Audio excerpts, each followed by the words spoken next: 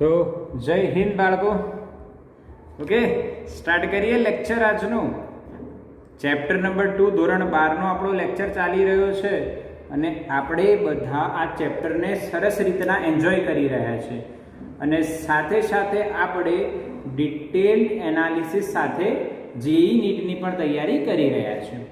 આજના લેક્ચરમાં આપણે 2.11 એનસીઈઆરટી નો 2.11 ટોપિક કેપેસિટરો અને કેપેસિટન્સ જોવાનો છે. કેપેસિટરો અને કેપેસિટન્સ જોવાનું છે બેટા. કેપેસિટરો અને કેપેસિટન્સ. હવે આ કંઈક નવી વસ્તુ આવી. હવે નામ તમે જોશો કેપેસિટર અને કેપેસિટન્સ. તો સૌથી પહેલા આપણે કેપેસિટન્સ અને કેપેસિટરો એના વચ્ચેનો એક ભેદ સમજી લઈએ કે આ શું છે ને આ શું છે. ભેદ એટલે તફાવત નથી પણ છે શું એ સમજીશું. કેપેસિટરને આપણે સંધારક, પ્યોર ગુજરાતી ભાષામાં કહીએ તો સંધારક પણ કહેવાય. તો આપણે એને ઊંધેથી સમજીએ, રિવર્સ પ્રોસેસ કરીએ. પહેલા આપણે કેપેસિટન્સ સમજીએ, કોને કેપેસિટન્સ કહેવાય, પછી એનું નિર્માણ કઈ રીતના થયું અને ડાઇલેક્ટ્રિક સ્ટ્રેન્થ આવી એક વસ્તુ પણ આપણે ભણવી પડશે. એટલે આખું એક કમ્બાઇન્ડ ટોપિક છે. હું તમને ડિટેલમાં ભણાવવાનું છું એટલે ચિંતા કર્યા વગર સમજવાનો ટ્રાય કરો, બિલકુલ ચિંતા નહીં કરતા. ચલો સ્ટાર્ટ કરીએ. તો સૌથી પહેલા એક વસ્તુ તમે વિચારો. એક સુવાહક આપણે લઈએ, સુવાહક ગોળો. સુવાહકની જે વિદ્યુત ભાર સંગ્રહ કરવાની ક્ષમતા છે એ ક્ષમતા તો હશે ને કંઈક. ફોર એક્ઝામ્પલ એક સુવાહક ગોળો આપણે વિચારીએ અને નીચે અહીંયા આ સ્ટેન્ડ લગાવીએ જે અવાહક હોય. અવાહક સ્ટેન્ડ કેમ લગાવવાનું? કેમ કે તમે જો આના પર વિદ્યુત ભાર મૂકો તો જો આ વાહક હોય તો જમીન સુધી પહોંચી જાય ને, બરાબર. ઇલેક્ટ્રોન મૂકો તો જમીનમાં જતા રહે અને ધન મૂકો તો જમીનમાંથી અર્થમાંથી, પૃથ્વીમાંથી ઇલેક્ટ્રોન આવીને ધનને તટસ્થ કરી દે. એટલે આપણે પૃથ્વીથી એનું જોડાણ કટ કરવા માટે કેવો સ્ટેન્ડ મૂકવાનો? અવાહક સ્ટેન્ડ. હવે શું કરો? હવે આના પર તમે વિદ્યુત ભાર મૂકતા જાઓ. તે વિદ્યુત ભાર આની સપાટી પર રહે છે, હા કે ના? હવે દરેક ગોળો પોતાની અલગ અલગ ક્ષમતા ધરાવતો હોય. એ ક્ષમતા પ્રમાણે એ વિદ્યુત ભારનો સંગ્રહ કરે છે, હા કે ના? તો સુવાહકની વિદ્યુત ભાર સંગ્રહ કરવાની ક્ષમતાના માપને કેપેસિટન્સ કહે છે.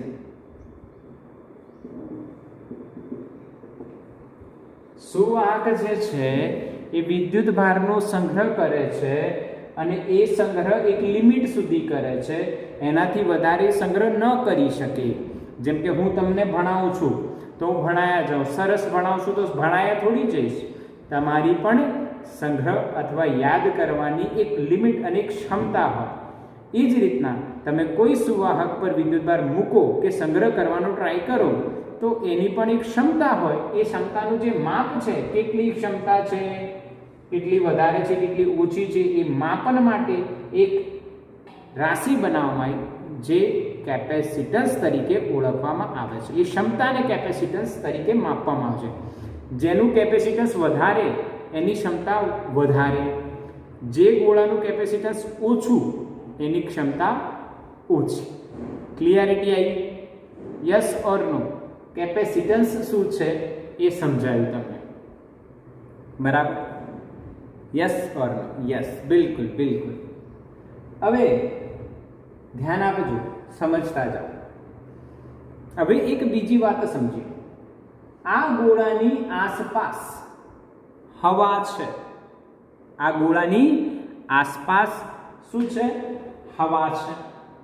હવે તમે આના પર જેમ જેમ Q વધારતા જશો, વિદ્યુતભાર વધારતા જશો, ધ્યાનથી સમજો પ્રક્રિયા. સંગ્રહ વિદ્યુતભારનો થઈ રહ્યો છે તો સારી વસ્તુ છે, પર એ વિદ્યુતભાર તમે વધારતા જાઓ તો ભાઈ Q નું મૂલ્ય, ગોળા પર Q વધે તો ગોળાનું વિદ્યુત સ્થિતિમાન V પણ વધે, કેમ કે V નું સૂત્ર શું થાય? KQ/R. સ્થિતિમાનનું એટલે V પણ વધી જાય. તમે ગોળાનો Q વધારો તો V પણ વધે. અને બીજી વસ્તુ, ગોળાની આસપાસ ના વિસ્તારમાં વિદ્યુત ક્ષેત્ર E પણ વધે. કેમ કે વિદ્યુત ક્ષેત્રનું સૂત્ર શું બેટા? KQ/R². એટલે વિદ્યુત ક્ષેત્ર પણ વધશે જો તમે Q વધારશો, અને Q વધારશો તો વિદ્યુત સ્થિતિમાન પણ વધતું જશે. બોલો ક્લિયર? આ પ્રક્રિયા ખબર પડી કે નહીં બેટા?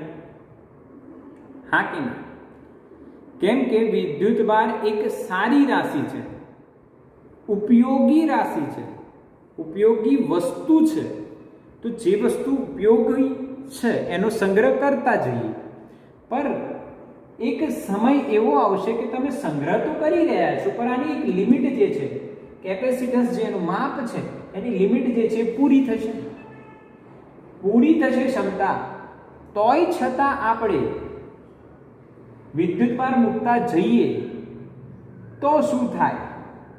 તો એક ડબ્બો હોય, એક ડબ્બામાં તમે રેતી કે માટી ભરતા જાઓ. હવે ડબ્બાની કેપેસિટી પૂરી થઈ જાય તો હજુ તમે માટી ભરતા જાઓ તો શું થાય? શું થાય બોલો? વિદ્યુતભાર લીક થાય. વિદ્યુતભાર લીક થાય બેટા. શું થાય? લીક થાય. જેમ કે તમે એક ડબ્બાની કેપેસિટી પ્રમાણે એમાં માટી ભરી અને હજુ તમે માટી ભરતા જાઓ, કેપેસિટી પૂરી થાય એટલે ડબ્બામાંથી માટી વેરાય, એટલે લીક થાય એવું કહી શકાય. ઓકે. હવે આ વિદ્યુતભાર એટલી હદ સુધી વધી ગયો કે એનો આસપાસનો વિદ્યુત ક્ષેત્ર એટલો પ્રબળ થઈ ગયો કે હવાના કણોનું પ્રબળ વિદ્યુત ક્ષેત્ર હવાના કણોનું આયનીકરણ કરે છે. હવા વાહક છે કે અવાહક? તો ભાઈ હવા તો અવાહક છે. હવે પ્રબળ વિદ્યુત ક્ષેત્ર હોવાને કારણે હવાના કણોનું આયનીકરણ થઈ ગયું, એટલે હવા આયનો ધરાવતી થઈ ગઈ. હવે એટલે હવા હવે વાહક થઈ ગઈ. પહેલા હવા અવાહક હતી અને હવે હવા વાહક થઈ ગઈ. કેમ એવું થયું? કેમ કે આપણે વિદ્યુતભાર મૂકતા ગયા ગોળા પર અને ગોળાની ક્ષમતાથી વધારે વિદ્યુતભાર મૂક્યો તો એ લીક થયો, અને લીક થયો એટલે વિદ્યુત ક્ષેત્ર આસપાસના વિસ્તારમાં એટલું પ્રબળ બની ગયું કે હવાના કણોનું એ વિદ્યુત ક્ષેત્ર દ્વારા આયનીકરણ થઈ ગયું. એટલે હવા વાહક બની, અવાહક હતી, અને હવા શું બની ગઈ? વાહક.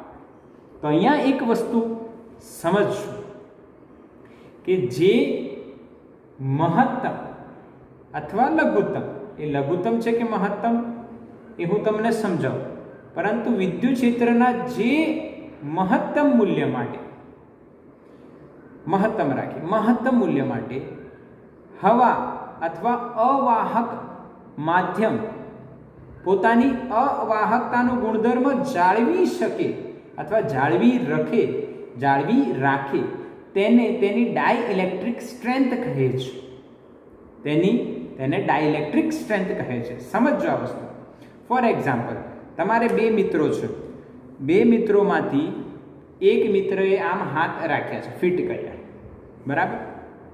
હવે બીજો મિત્ર આ હાથને છોડાવવાનો ટ્રાય કરે છે, અને પહેલો મિત્ર એ જોર લગાવે છે, બળ લગાવે છે અને રોકી રાખે છે.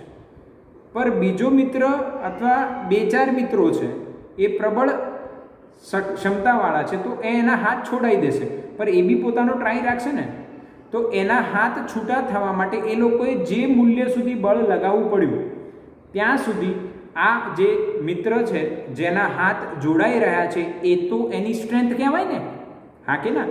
માની લો એ બધા મિત્રોએ 500 ન્યૂટન સુધી બળ લગાવ્યું ત્યારે એના હાથ છૂટ્યા, એટલે આની સ્ટ્રેન્થ 500 ન્યૂટનની કહેવાય કે ના કહેવાય?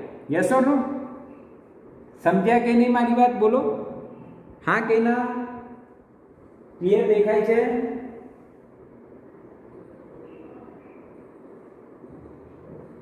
યસ, ક્લિયર દેખાઈ રહ્યું છે, સમજાઈ રહ્યું છે અને સમજાઈ ગયું. બસ સરની આ ટેકનિક તમને ખબર પડી ગઈ, બહુ થઈ ગયું બેટા. આ જે ટેકનિક છે તો હવા અવાહકથી વાહક બને છે, એ ઘટના જે બને છે એ ઘટનાને આપણે ડાઇલેક્ટ્રિક ગુણધર્મ છૂટી ગયો, અવાહકતાનો ગુણધર્મ છૂટી ગયો એવું કહી શકીએ છીએ. એટલે હવા અવાહકથી વાહક બને તો આ ઘટનાને કહેવાય ડાઇલેક્ટ્રિક બ્રેકડાઉન. શું કહેવાય?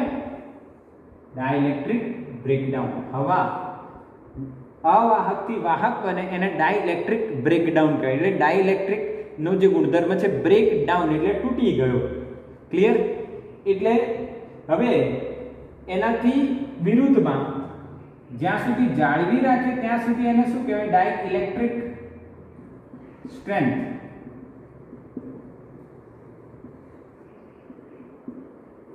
તો ડાઇલેક્ટ્રિક સ્ટ્રેન્થ એટલે શું? તો કે ડાઇલેક્ટ્રિક માધ્યમ અથવા અવાહક માધ્યમ, ડાઇલેક્ટ્રિક માધ્યમ બ્રેકડાઉન થયા વિના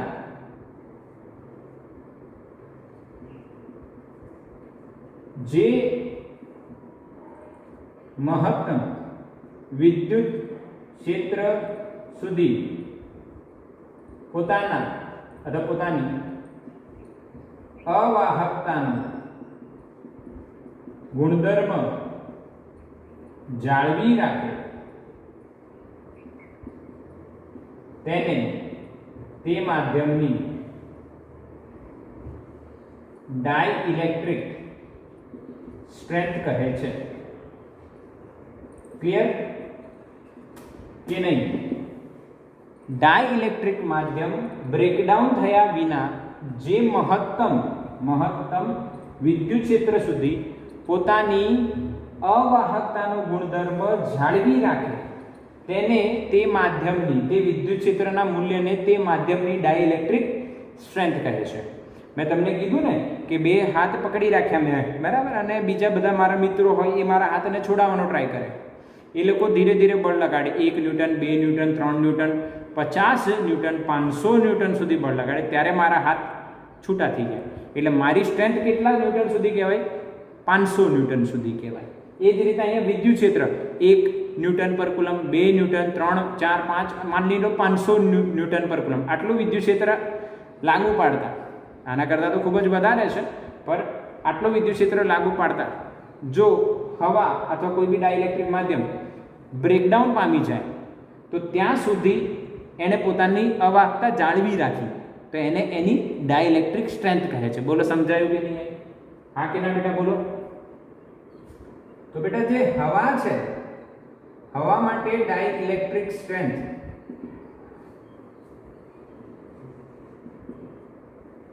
3 × 10⁶ વોલ્ટ પર મીટર છે. આ માપેલું મૂલ્ય છે. કેટલું મળે છે? હવાની અંદર તમે વિદ્યુત ક્ષેત્ર લાગુ પાડો અને એ 30 લાખ સુધી જેટલું વધારો, વોલ્ટ પર મીટર, 30 લાખ વોલ્ટ પર મીટર જેટલું કરો ત્યારે હવા અવાહકથી વાહક બનવાનું સ્ટાર્ટ થાય. ક્લિયર? જે ખૂબ જ મોટું મૂલ્ય છે અને એવી શક્યતા ખૂબ જ ઓછી હોય છે. આ સમજાયું બેટા ક્લિયરલી? હા કે ના? Yes yes. તો આનું સ્ક્રીનશોટ લઈ લો ફટાફટ, આગળ વાત કરીએ પછી. કેપેસિટન્સની વાત કરીએ, કેપેસિટન્સની વાત કરીએ. ડન. ઓકે, આ મૂલ્ય યાદ રાખવાનું તમારે એમસીક્યુ માટે. આ વ્યાખ્યા થઈ, જે કન્સેપ્ટ છે યાદ રાખવું એ પણ. અને બીજું, હા, હવે બીજું કેપેસિટન્સની વ્યાખ્યા બેટા. કેપેસિટન્સ કોને કહેવાય? કેપેસિટન્સ કોને કહેવાય? આ જે પ્રક્રિયા થઈ, સમગ્ર પ્રક્રિયા જે થઈ, કઈ પ્રક્રિયા? ગોળા પર તમે વિદ્યુતભાર મૂકી રહ્યા છો, મૂકતા જઈએ અને સમગ્ર જે પ્રક્રિયા થઈ,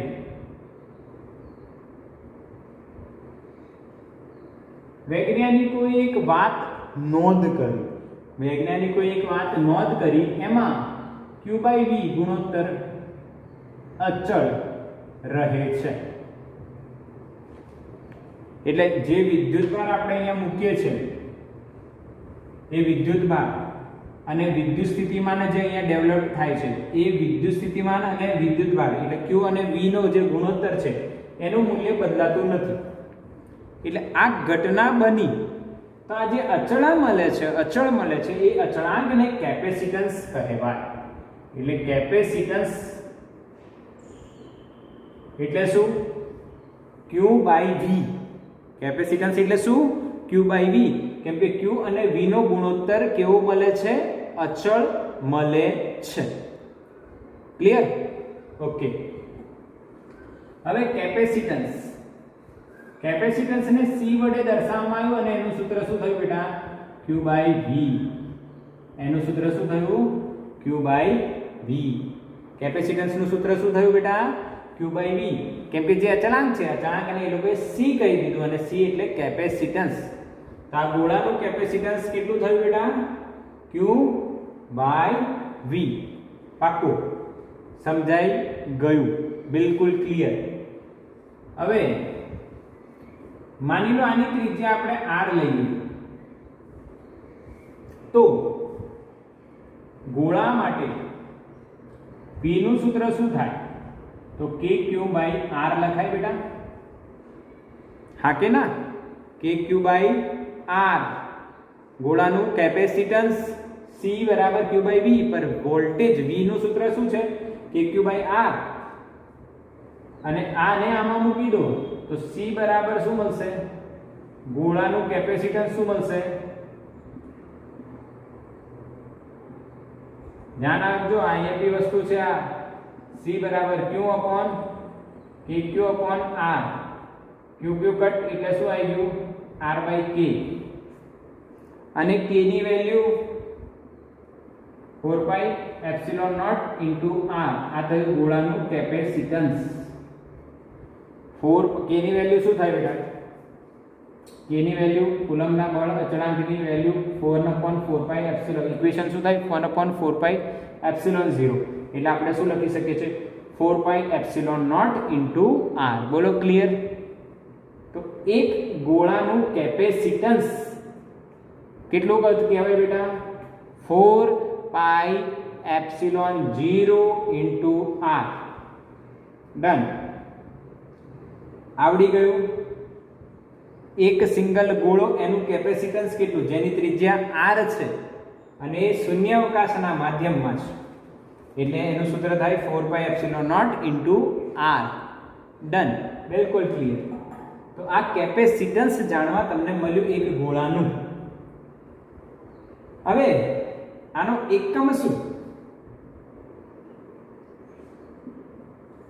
એકમ કેટલું? તો Q/V એટલે કુલમ છેદમાં વોલ્ટ. આવું લખાય ને? કુલમ છેદમાં વોલ્ટ. કુલમ છેદમાં વોલ્ટ. અથવા વૈજ્ઞાનિકના નામ પરથી આને ફેરાડ અથવા ફેરાડે એક વૈજ્ઞાનિકના નામ પરથી અને ફેરાડે એનો એકમ પણ કહેવાય છે. એટલે બે એકમ, કુલમ પર વોલ્ટ અહીંથી અને બીજું ફેરાડે. Okay, yes. હવે એનું પારિમાણિક સૂત્ર બી બનાવીએ બેટા. ચલો પારિમાણિક સૂત્ર. કેપેસિટન્સનું પારિમાણિક સૂત્ર બનાવવું હોય તો વિદ્યુતભાર છેદમાં વોલ્ટેજ. તો વિદ્યુત ભારનું છેદમાં વોલ્ટેજનું, વિદ્યુત ભારનું A1 T1 અને વોલ્ટેજનું કેટલું 12 - 31 યાદ છે ને? પહેલા ચેપ્ટર બીજા ચેપ્ટરમાં જ ભણ્યું છે આપણે. હવે આને સોલ્વ કરીએ. MLTA જો m ઉપર આવશે એટલે -1, L2 છે ઉપર આવશે -2, T -3 ઉપર 1 છે એટલે ઉપર આવશે એટલે +3 ને 1 4, અને આ -1 ઉપર આવશે +1 a ને 1 a એટલે 2, એટલે જવાબ આવશે -12 42. શું જવાબ આવશે? -12 42. ડન? હા કે ના? યસ. હવે એની થોડી બીજી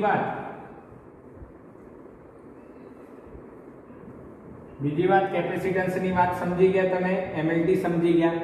સદિશ છે કે અદિશ? તો આ અદિશ રાશિ છે, અચળાંક છે બેટા. અદિશ રાશિ, અચળાંક છે c, અદિશ Q/V c, અચળ વેલ્યુ છે, અને એ અચળાંક કેપેસિટન્સ એ કેવી રાશિ છે? અદિશ રાશિ છે. હવે એક વસ્તુ સમજાવું તમને કે એક ગોળો જે આપણે જોયો એનો કેપેસિટન્સ કેટલું મળ્યું? 4πε0 × r. હવે તમે એક નોંધ કરીશું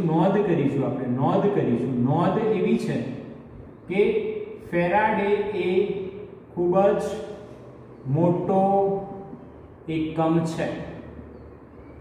એટલે વ્યવહારમાં ફેરાડે નથી વપરાતો, વ્યવહારમાં માઇક્રો, નેનો, પીકો આવા 10⁻6, 9 અને 12 farad, micro farad, nano farad, pico farad આવા નાના એકમો વપરાય છે.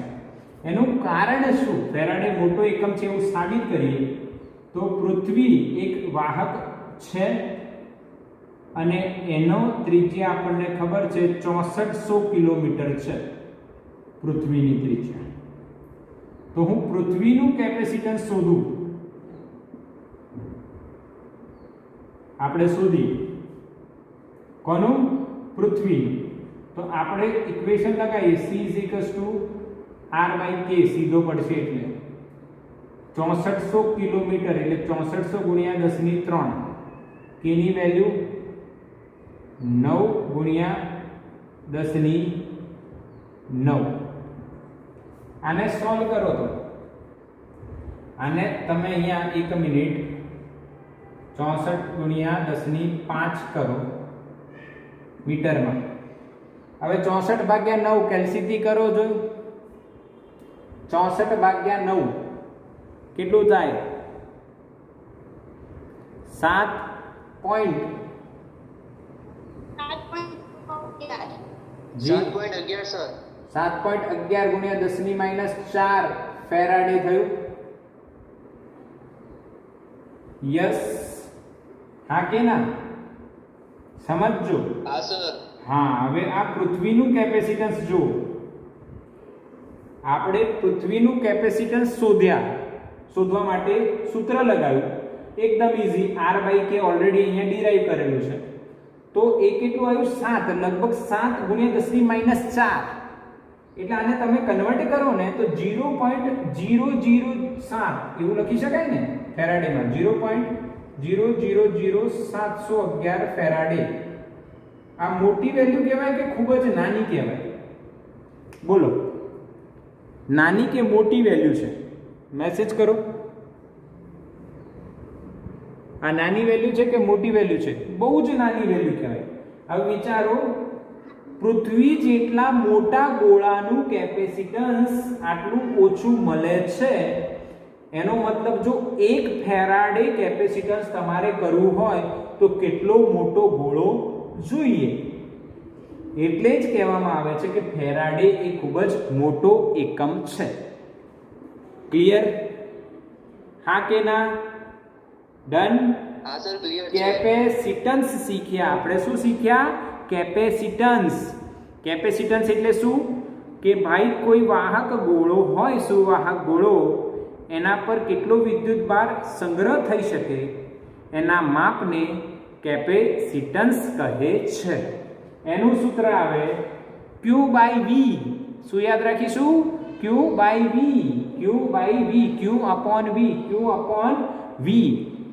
એક ગોળો, એક વાહક ગોળો કેપેસિટન્સ ધરાવે અને કેટલું ધરાવે? તો V બરાબર kQ/R આમાં મૂકે તો C R/K. રણવીર કપૂર યાદ રાખી શકો છો, R/K. ઓકે, K ની વેલ્યુ મૂકો તો 4πε0 R. રણવીર કપૂર યાદ રાખી શકો, તમારી ઈચ્છા હોય એ યાદ રાખી શકો છો. ઓકે, રવિન્દ્ર સરનો કમાલ યદ રાખી શકો? હા કે ના? રવિન્દ્ર સરનો કમાલ R/K, તમારે જે યાદ રાખવું હોય તો R/K. Okay, yes. હા, અને K ની વેલ્યુ 4πε0 R. બિલકુલ સિમ્પલ. કેપેસિટન્સ નો એકમ બોલો, બનાવો. કુલમ્બ/વોલ્ટ અથવા વૈજ્ઞાનિકના નામ પર ફેરાડે. આનો MLT બનાવ્યું -1242 થયું અને અદિશ રાશિ છે. અને ફેરાડે નાનો એકમ છે કે બહુ જ મોટો એકમ છે? તો કે બહુ જ મોટો એકમ છે. સ્ક્રીનશોટ લઈ લો બેટા. તો બેટા ક્લિયરલી તમે સ્ક્રીનશોટ લઈ લીધો અને કેપેસિટન્સ આપણે ક્લિયરલી સમજી ગયા. ઓકે, બિલકુલ કેપેસિટન્સમાં કોઈ ડાઉટ નથી. C બરાબર Q/V. એક ગોળો હોય એના પર વિદ્યુતભાર મૂકો, આ પ્રક્રિયા દરમિયાન Q/V અચળ રહે અને એ અચળાંક જે છે એને કેપેસિટન્સ કહેવાય. હવે તમે ભણશો કેપેસિટર. શું ભણશો? કેપેસિટર. શું ભણીશું બેટા આપણે? કેપેસિટર. કેપેસિટન્સ આપણે ભણ્યા, હવે કેપેસિટર ભણીશું. કેપેસિટર ભણીશું, ક્લિયર કરીશું. ઓકે, તો કેપેસિટન્સ ભણ્યા પછી કેપેસિટર શું છે એ સમજીએ. તો કોને કેપેસિટર કહેવામાં આવે બેટા? કેપેસિટર કોને કહેવામાં આવે? ધ્યાન આપજો. કેપેસિટર કોને કહેવામાં આવે? તો તમે એક એડવર્ટાઇઝ સાંભળી હશે ભાઈ, વિક્સ કી ગોલી લો, ખીચકીચ દૂર કરો. હા કે ના? સાંભળી છે કે? સાંભળી છે. તો કેપેસિટરમાં વિક્સની જે ગોળી છે એના જેવો આકાર ધરાવતા બે સુવાહકો NCERT આપણને આપે છે. વિક્સની ગોળી ત્રિકોણાકાર હોય છે એવા બે સુવાહકો NCERT આપણને આપે છે કે ભાઈ આ બે સુવાહકો વિચારો તમે. ઓકે, બે સુવાહકો આપણે વિચારીએ છીએ. હવે માની લો આના પર તમે ધન વિદ્યુતભાર મૂકો છો તો એનો વિદ્યુતભાર મૂકી માની લો +Q છે, અને આના પર આપણે ઋણ વિદ્યુતભાર પ્રેરિત થતો હોય તો એ કેટલો છે ભાઈ? આ +Q તો આ -Q છે. ઓકે, પ્લસ અને માઇનસ. આનું વિદ્યુત સ્થિતિમાન V1 અને આનું વિદ્યુત સ્થિતિમાન V2. તો ધ્યાન આપજો, અહીંયા વિદ્યુત ભાર સંગ્રહ પામ્યું તો યસ, આના પર +Q છે અને આના પર -Q છે, એટલે વિદ્યુત ભાર છે. આના પર તમે +Q મૂકતા જાઓ તો આમાંના ઋણ વિદ્યુત ભારો, ઋણ ઇલેક્ટ્રોન એના તરફ આકર્ષાય અને સપાટી પર આવી જાય, અને સપાટી પર આવી જાય એટલે આના પર +Q અને આના પર -Q, એટલે આમ વિદ્યુત ભારનો સંગ્રહ પામ્યો અને + થી - વિદ્યુત ક્ષેત્ર પણ મળ્યું. તો કેપેસિટર એટલે શું એ સમજો. કોઈનો માઇક ઓન છે બેટા? માઇક બંધ કરો. કેપેસિટર એટલે શું? કેપેસિટર એટલે એકબીજાથી અલગ કરેલા બે સુવાહકો થી બનતી રચના. વૈજ્ઞાનિકોએ કેપેસિટર કોને કીધું? તો એકબીજાથી અલગ કરેલા, એટલે વાયર જોઈન્ટ ના હોય કાં તો એકબીજા સાથે કનેક્ટેડ ના હોય એવા બે સુવાહકો હોય અને એનાથી જે રચના તૈયાર થાય એ રચનાને શું કહેવામાં આવે છે? કેપેસિટર. બોલો ક્લિયર? કેપેસિટર એટલે શું? એકબીજાથી અલગ કરેલા બે સુવાહકોથી બનતી રચના કે જેમાં વિદ્યુત ભારનો સંગ્રહ થતો હોય એને આપણે કેપેસિટર કહીએ છીએ. હવે ધ્યાન આપજો, ક્યુ જે છે ક્યુ એને કેપેસિટર પરનો વિદ્યુત ભાર કહેવાય. પરંતુ ધ્યાન આપજો, કેપેસિટર નો કુલ વિદ્યુત ભાર કેટલો? તો plus Q minus Q is equal to 0. એટલે આનો પ્લસ ક્યુ અને આનો માઇનસ ક્યુ એટલે કુલ વિદ્યુત ભાર કેટલો થઈ ગયો? 0. પરંતુ ખાલી પ્લસ ક્યુ જે છે એને કહેવામાં આવે કેપેસિટર પરનો વિદ્યુત ભાર. સમજ્યા કે નહીં સમજ્યા? એમ ટોટલ કરવા જાઓ તો કેટલો જવાબ આવે? 0. યસ. હવે વિદ્યુત સ્થિતિમાનનો તફાવત ધ્યાન આપજો. V બરાબર માની લો આનું વિદ્યુત સ્થિતિમાન V1 છે જ અને આનું V2 માઈનસ V2, તો વિદ્યુત સ્થિતિમાનનો તફાવત કેટલો થાય? V1 માઈનસ V2 અને વિદ્યુત ભાર કેટલો થાય? Q. એટલે કેપેસિટર પરનો વિદ્યુત ભાર કેટલો કહેવાય? Q. અને બે વાહકો વચ્ચેનો વિદ્યુત સ્થિતિમાનનો તફાવત કેટલો કહેવાય? V. અને આ સમગ્ર પ્રક્રિયા દરમિયાન તમને ખબર છે કે Q/V અચળ રહે છે એટલે કેપેસિટન્સ લખાશે C બરાબર Q/V. એનું એ જ આવશે એક ગોળા માટે ની વાત જે હતી. પર ગોળો હોય તો એમાં ત્રિજ્યા આવે, ને ત્રિજ્યા આવે તો આપણે KQ/R એટલે રણવીર કપૂર આવી જાય. અહીંયા રણવીર કપૂર નહીં આવે કેમ કે અહીંયા બે સુવાહકો છે. ક્લિયર? કેપેસિટર એક એવી રચના બનાવવામાં આવી છે ભાઈ, એમાં બે સુવાહકો હોય એટલે બે સુવાહકો અને એકબીજાને ચોંટાડીને ના હોય, અલગ કરેલા હોય, તો એવી રચનાને કેપેસિટન્સ કહેવાય. અચ્છા, હવે અહીંયા ધ્યાન આપીશું. કેપેસિટન્સ એ Q/V, Q અને V પર આધારિત નથી. આ તો Q/V પર આધાર નથી રાખતો.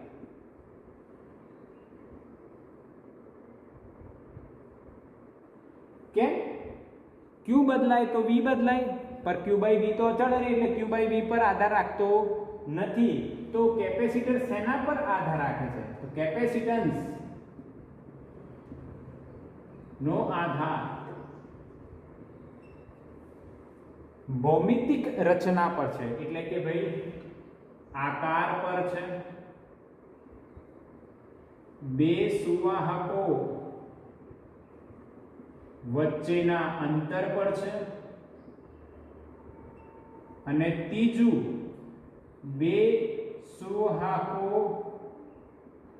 વચ્ચેના માધ્યમ પર. કેપેસિટર શેના પર આધાર રાખે છે બેટા? C જે કેપેસિટર છે, કેપેસિટર ના આકાર પર, પરિમાણ પર બી તમે કહી શકો છો, સાઈઝ પર, શેપ પર, અને બે સુવાહકો વચ્ચેના અંતર પર.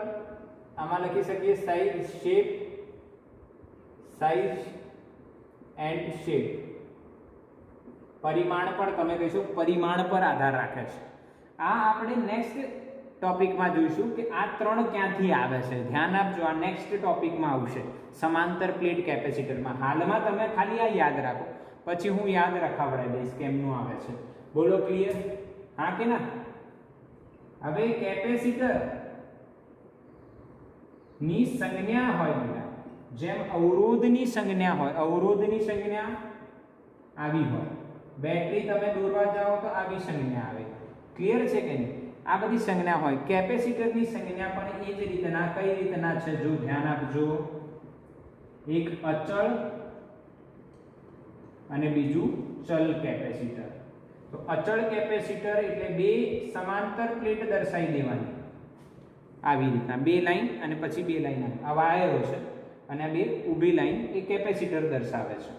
ચલ કેપેસિટર દર્શાવવું હોય તો તમે 10મામાં ભણ્યા છો એ જ રીતના, બેટરી પર તીર મારતા તો ચલ બેટરી, અવરોધ પર તીર મારો તો ચલ અવરોધ. કેપેસિટરની સંજ્ઞામાં કેપેસિટર પર તીર મારો તો तो चल कैपेसिटर। बोलो क्लियर बेटा? हाँ कि ना मैसेज करो। बिल्कुल क्लियर ने? कैपेसिटन्स અને કેપેસિટર. બોલો સૂત્રો બી યાદ રહ્યા, ટ્રીક બી સમજણ પડી, સ્ક્રીનશોટ લો આનો.